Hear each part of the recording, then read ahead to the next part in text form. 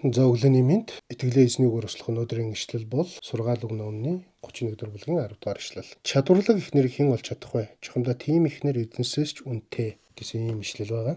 Хэрвээ цаашаа хам сэдвийн хүрээнд дарах юм бол чадварлаг ихнэр гэж ийм гэж маш ихээр тодорхойлсон байгаа тийм. Гэхдээ эндээс нэг зүйлийг онцолж ярих гэж утсан. Тэр нь юу вэ гэвэл чадварлаг ихнэр гэдэг бол эзэнсээс ч үнэтэй гэж ингэж тодорхойлсон энэ ишлэл дээр. Тухайн Израильчуудын яриад байгаа энэ эрдэнэс гэдэг үгэнд нь алмаз гэдэг юм уу, алт гэдэг юм уу, мөнгө гэдэг юм уу, масур гэдэг юм уу чухал зүйлсүүд эрдэнэс оруулаагүй хүнийг баян болгодог тийм. Харин бүр ховор элементийн тухай ярьж байгаа. Тухайн Израильчуудад ховор элемент нь юу байсан бол далайн гаралтай үнэт чулуунууд байсан. Совд, шүр тийм. Тэгээд энэ зүйл нь яагаад ийм үнэтэй байсан бэ гэвэл ер нь үнэлэгддэггүй байсан юм. Тухайн үед маш ховор зөвхөн арабуудаар дамжиж Израильчуудад очдөг байсан учраас маш ховор учраас энэ үнэхээр олдож байхгүй, дээрэс нь маш үнэтэй. Тэгэд энэ зүйлтэй ерөнхийдөө эмхтэй хүний буюу чадварлаг их нэртэй болно гэдэг бол ийм чухал юм шүү гэдгийг ер нь Израильчууд ойлгуулахыг хүссэн юм үг байгаа юм л да. Тэгэхээр бид нар ч гэсэн бодох хэрэгтэй тийм. Христэд итгэж найддаг, түүнийг таньж мэдсэн тийм эмхтэйг олж ханилж сууна гэдэг бол